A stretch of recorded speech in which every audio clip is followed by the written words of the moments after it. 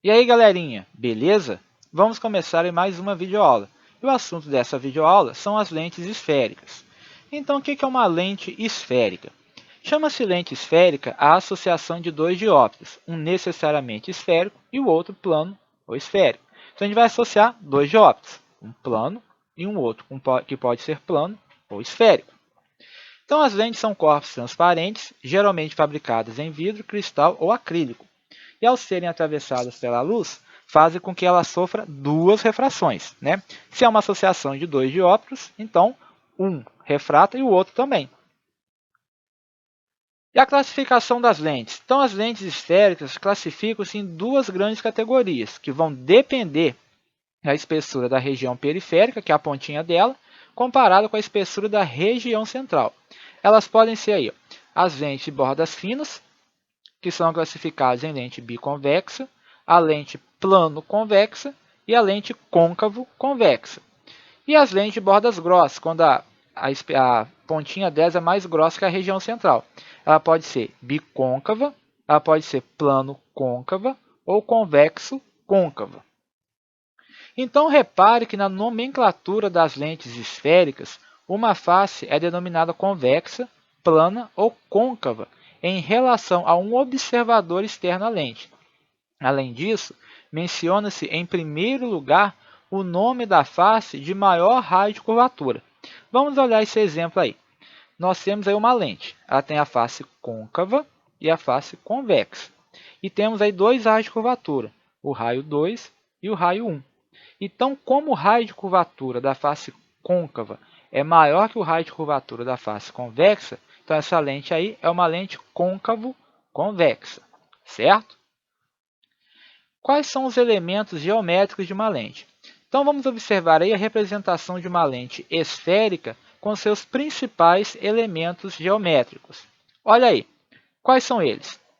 Os pontos C1 e C2 são os centros de curvatura das faces da lente, certo?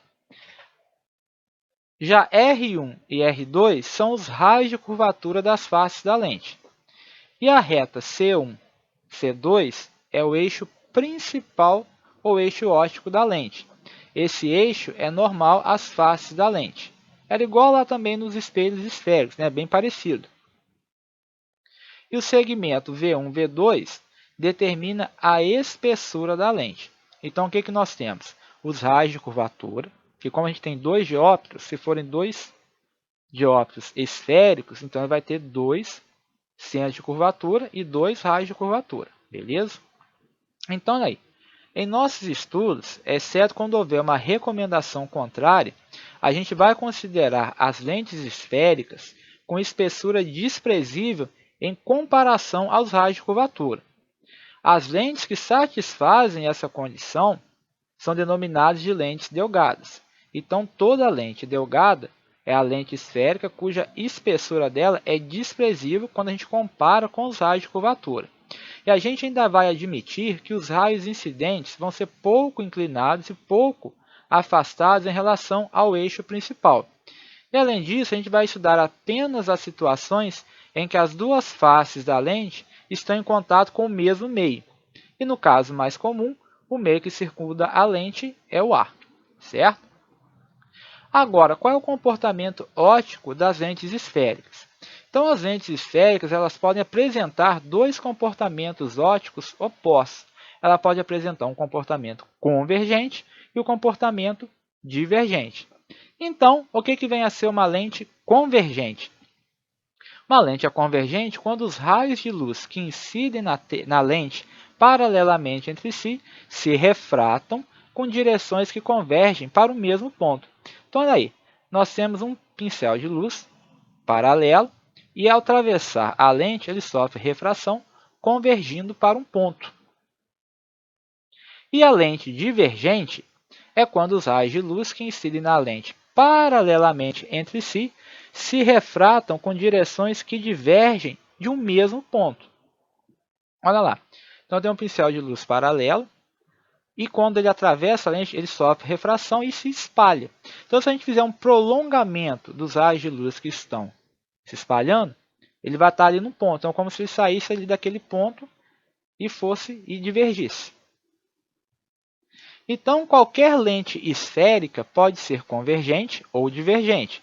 Isso vai depender do quê? Do seu índice de refração em relação ao meio externo.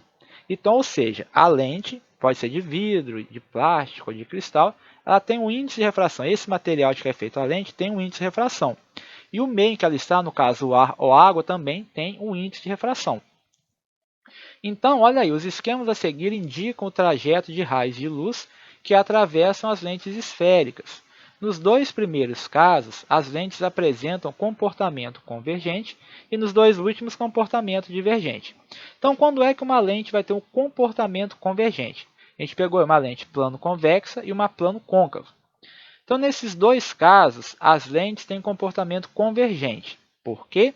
Para a lente plano-convexa, tem-se que o índice de refração da lente, o N2, é maior que o índice de refração do meio em que ela está inserida. Ou seja, a lente é mais refringente que o meio externo. E já para a lente plano-côncava, o N2, o índice de refração da lente, é menor que o índice de refração do meio. Ou seja, a lente é menos refringente que o meio externo. E já o comportamento divergente, aí, olha aí, nesses dois casos, as lentes têm comportamento divergente. Para a lente plano-côncava, tem-se o índice de refração da lente é maior que o índice de refração do meio no qual ele está inserida, ou seja, a lente é mais refringente que o meio externo. E já para a lente plano-convexa, o índice de refração da lente, o N2, é menor que o índice de refração do meio. Então, a lente é menos refringente que o meio externo. Então, olha aí, tirando a fotografia dos raios de luz, a gente tem o exemplo da lente convergente e da lente divergente. Olha aí, nessas fotografias, as lentes são de material mais refringente que o meio que as envolve. Note que a lente de cima, que é uma lente biconvexa, é convergente, enquanto que a lente de baixo, que é bicôncava, é divergente. Então, o que a gente pode concluir disso daí? Se a lente é mais refringente que o meio externo, a gente tem o caso mais comum. Se a lente for de bordas finas, elas são convergentes. Se as lentes são de bordas grossas, elas são divergentes. E se a lente é menos refringente que o meio externo, temos o caso menos comum. Se a lente for de bordas finas, elas são divergentes. E se elas são de bordas grossas, elas são convergentes. Beleza? Agora a gente vai ver aí o que é centro óptico de uma lente. Então, o centro óptico de uma lente esférica é o ponto do eixo principal por onde passa um raio luminoso que não sofre desvio angular. Então, olha aí. Então, o raio de luz vai incidir nessa lente, ela vai passar por um ponto e não vai sofrer desvio, ela vai atravessar como se nada tivesse acontecido. Esse raio de luz não vai sofrer refração. Então, esse ponto onde não sofre refração é o centro óptico. Então, é importante destacar que nas lentes delgadas, quando a espessura da lente é desprezível em comparação com os raios de curvatura das faces, o centro óptico é definido pela interseção da lente com seu eixo principal, igual está aí na figurinha. Então, olha lá o centro óptico dela. Vai ser na interseção da lente com o eixo principal. Então, pelo fato da espessura de uma lente delgada ser desprezível, depreende-se que um raio luminoso que a atravessa passando pelo seu centro óptico sofre deslocamento lateral desprezível. Então, a gente vai desprezar esse deslocamento lateral aí.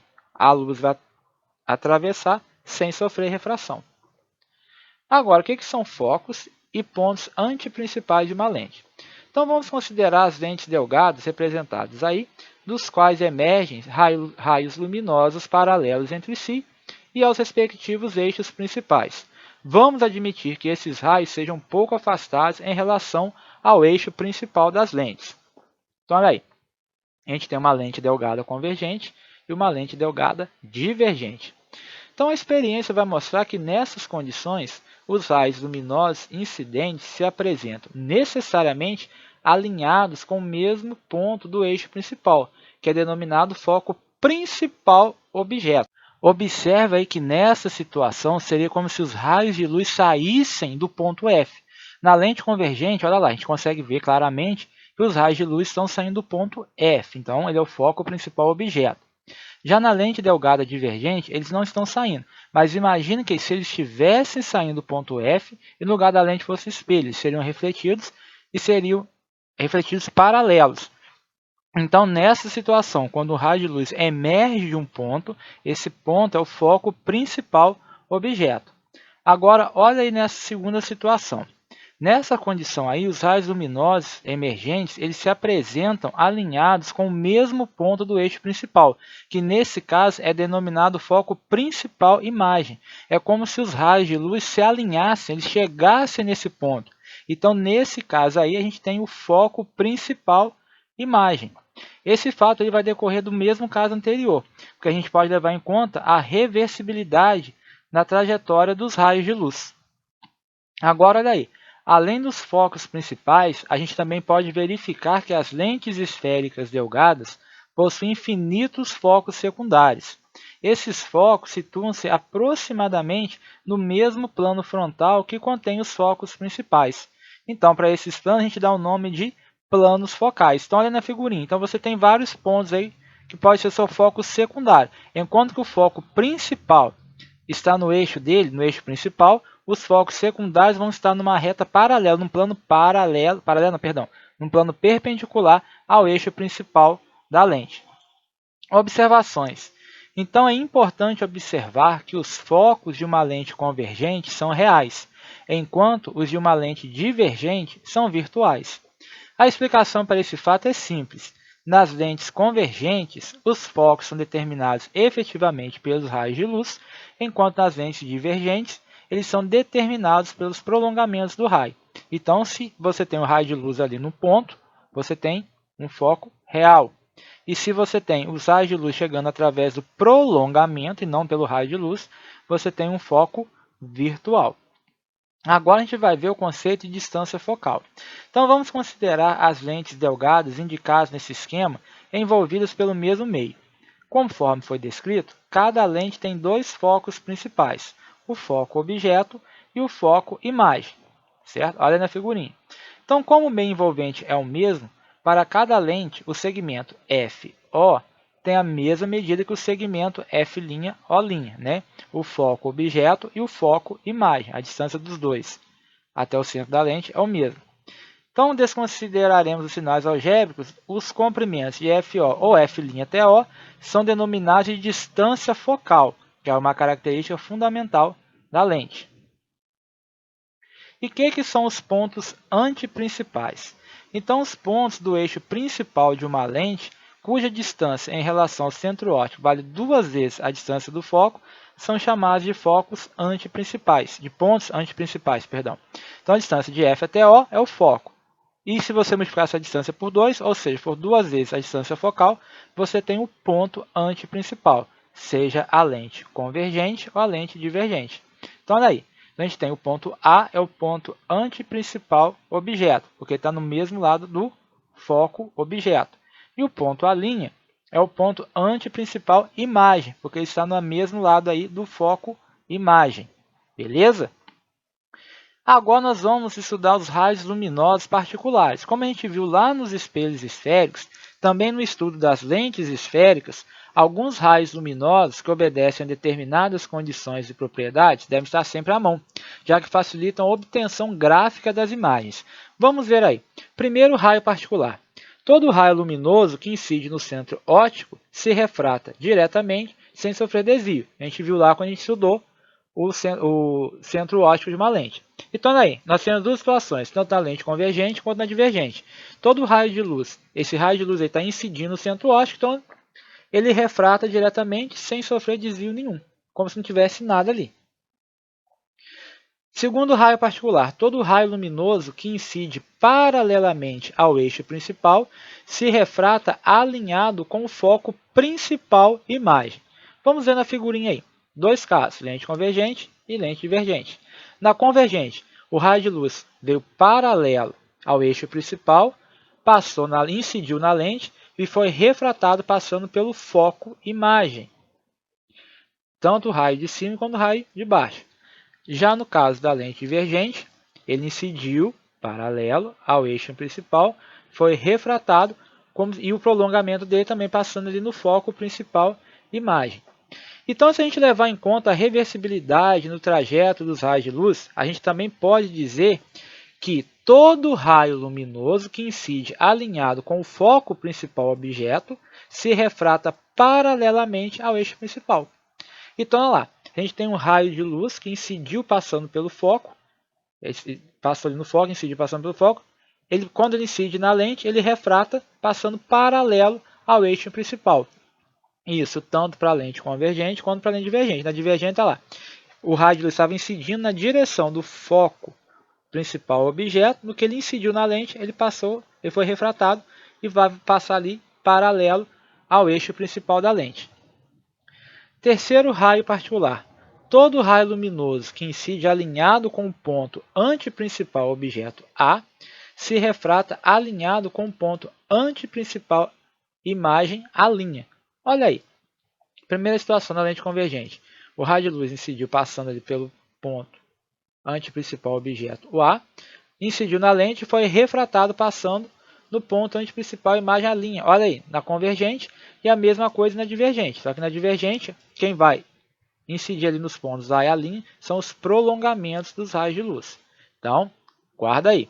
Todo raio luminoso que incide alinhado com o ponto antiprincipal objeto A se refrata alinhado com o ponto antiprincipal imagem A'. Então, de posse desses três raios luminosos particulares, agora nós estamos aptos a fazer a construção gráfica das imagens nas lentes esféricas. Primeiro caso aí é uma lente divergente e um objeto real. Nesse caso aí, qualquer que for a posição do objeto em relação à lente, a gente vai ter as mesmas características para a imagem, que se forma sempre entre o centro óptico O e o foco principal imagem F'.